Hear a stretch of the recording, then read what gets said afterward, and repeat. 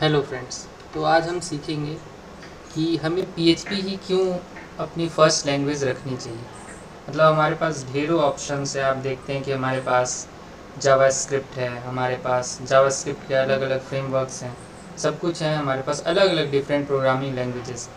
लेकिन सबसे पहले मतलब मेरे एंड से ये रिकमेंडेशन है कि पीएचपी हमें सीखनी चाहिए। बट क्यों क्यों ऐसा है कि हमें पीएचपी सीखनी चाहिए, इसका क्या रीज़न है? तो अलग अलग क्वेश्चंस आपके मन में राइज होंगे। तो इसके लिए मैं सिंपल एक आपको सॉल्यूशन देना चाहता हूँ कि देखिए, सबसे पहले जो अभी तक जो लैंग्वेज यूज़ होती आ रही है, मतलब कि आज से 4-5 साल पहले मोस्टली जो वेबसाइट्स डेवलप होती डिज़ाइन होती थी वो जनरली पीएचपी में होती थी। पीएचपी के अलग अलग फ्रेमवर्क्स में होती थी। जैसे कि पीएचपी के हमारा फ्रेमवर्क था कोडिग्निटर, इसके अलावा हमारा फ्रेमवर्क था वाई आई, फिर वर्डप्रेस की बहुत सारी वेबसाइट है। तो आप देखोगे कि आज से 7-8 साल पहले मैक्सिमम वेबसाइट जो है उन्हीं पे बिल्ड थी। तो सबसे पहला तो ये कंसर्न हो गया कि पुरानी जो वेबसाइट्स ऑलरेडी बिल्ड है उन पे वो तो कहीं जा नहीं रही है, वहाँ पे डेवलपमेंट जो है कंटिन्यूस होती रहेगी। तो वो एक कंसर्न हो गया हमारे जॉब पर्पज से कि उसकी जॉब जो है कभी स्टॉप नहीं होने वाली है, जॉब हमेशा उसका अवेलेबल रहेगा, वो हमेशा जो है हम लोग को एम्प्लॉयड रखेगा। ये तो पहली चीज़ हुई। दूसरी चीज़, पीएचपी जो है वो सबसे इजी टू लर्न लैंग्वेज है। अगर आप सबसे कम से कम अगर आप सिर्फ एचटीएमएल और सीएसएस भी अगर आप थोड़ा बहुत भी जानते हो तो आप पीएचपी इजीली आप लर्न कर सकते हो। बट अगर आप इसके अलावा कोई भी दूसरी लैंग्वेजेस को सीखना चाहो, जैसे कि हमारा जावा आता है या फिर अलग कंसेप्ट जैसे कि रूबी आता है या डॉट नेट आता है, इन सब के लिए आपको जो है एक स्ट्रॉन्ग कॉन्सेप्ट होना चाहिए, जैसे उप्स कॉन्सेप्ट आना चाहिए, या इसके अलावा भी बहुत सारी कोडिंग स्टैंडर्ड्स आपको थोड़ी पता होनी चाहिए ताकि आप उसको स्टार्ट कर सके बेसिक से।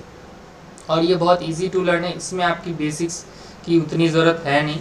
नॉर्मली अगर आप HTML CSS थोड़ा बहुत जान रहे हैं तो आप स्टार्ट कर सकते हैं पीएचपी को। दूसरी चीज़ ये है कि पीएचपी से आप कैसे आगे बढ़ सकते हो। सपोज दैट आपने पीएचपी सीखा और अगर आपको अब सपोज दैट वेबसाइट डेवलप करनी है, तो अभी लैरावेल जो है वो सबसे अच्छा और बेस्ट है पीएचपी का फ्रेमवर्क, जिसमें हम लोग जो है different types of websites develop कर सकते हैं। जैसे ई कॉमर्स वेबसाइट हो गया, या उसके अलावा अगर आप ऑल टूल्स वगैरह भी बनाना चाहते हो, अकाउंटिंग टूल्स बनाना चाहते हो, एडमिन पैनल्स डेवलप करना चाहते हो, इवन आप डिफरेंट टाइप ऑफ डैशबोर्ड्स भी डेवलप करना चाहते हो, वो सब आप यहाँ पे कर सकते हो।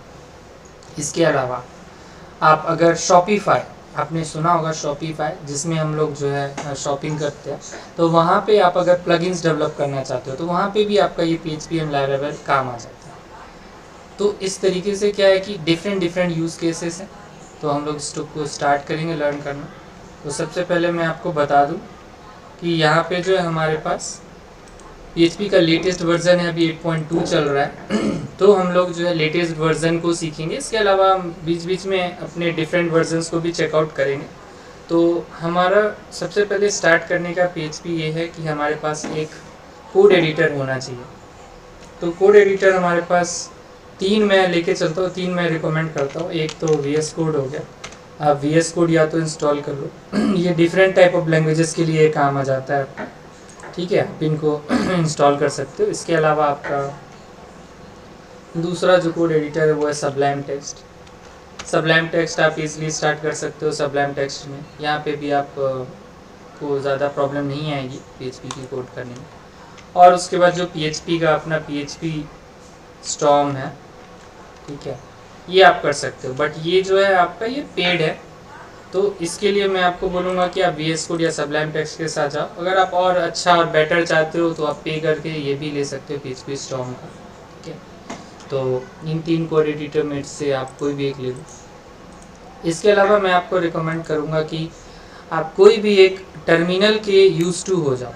सपोज दैट कि हमारा, अगर आप मैक यूज़र्स हो तो आपको पता होगा कि वहाँ पे एक टर्मिनल होता है। मैक यूज़र्स के लिए अपना एक टर्मिनल होता है जहाँ पे आप जो है अपने जो है कमांड्स को रन कर सकते हो, एग्जीक्यूट कर सकते हो। उसी तरह हमारे विंडोज़ में हमारा क्या होता है, हमारे विंडोज़ में हमारा आता है पावर सेल आता है और कमांड प्रॉम्प्ट आता है, ठीक। तो यहाँ पे आप क्या कर सकते हो कि अपने आप कमांड्स को रन कर सकते हो। तो पावर सेल में बेसिकली क्या है कि पावर सेल में, जैसे मैं आपको बताता हूँ, टर्मिनल जो है वो मतलब मैक यूज़र अगर आप हो तो वहाँ पे आपके पास टर्मिनल होता है, बट अगर आप विंडोज़ यूज़र्स हो तो आपके पास जो है पावरशेल होता है। तो पावरशेल में आप जो है आपकी वो बेसिक कमांड्स आनी चाहिए, जैसे कि हमें किसी डायरेक्टरी में मूव करना है तो उसके लिए cd कमांड होता है, जैसे हमें डायरेक्टरी की लिस्ट डालनी है तो dir कमांड होता है, तो हमारे पास डायरेक्टरी की लिस्ट आ जाती है।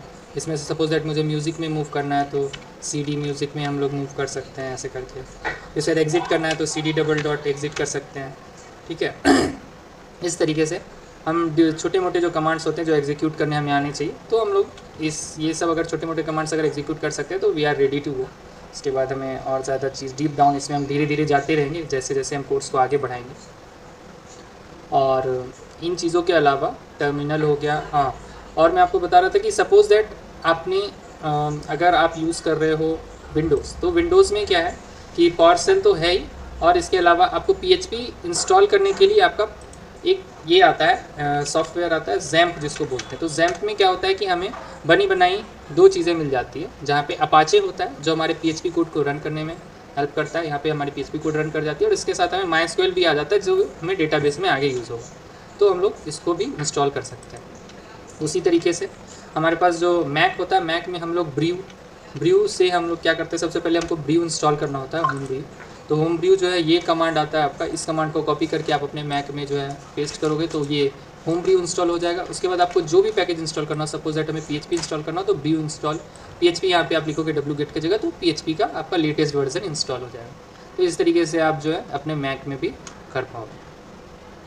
तो ये था आज का हमारा सिंपल डिस्कशन PHP से रिलेटेड। अब हम जो नेक्स्ट क्लास में अपना इन्वायरमेंट सेटअप करेंगे एंड देन हम लोग स्टार्ट करेंगे कि कैसे हम लोग PHP में कोड करते हैं।